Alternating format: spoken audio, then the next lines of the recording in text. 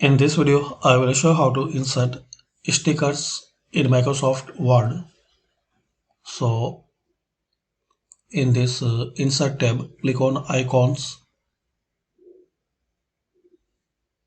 and here select Stickers. So, here you will see a list of stickers.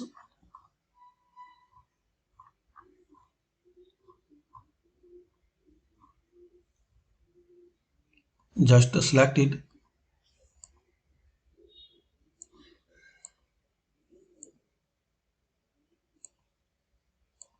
and insert.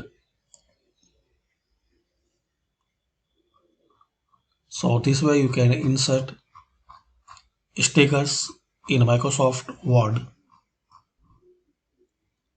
Thanks for watching.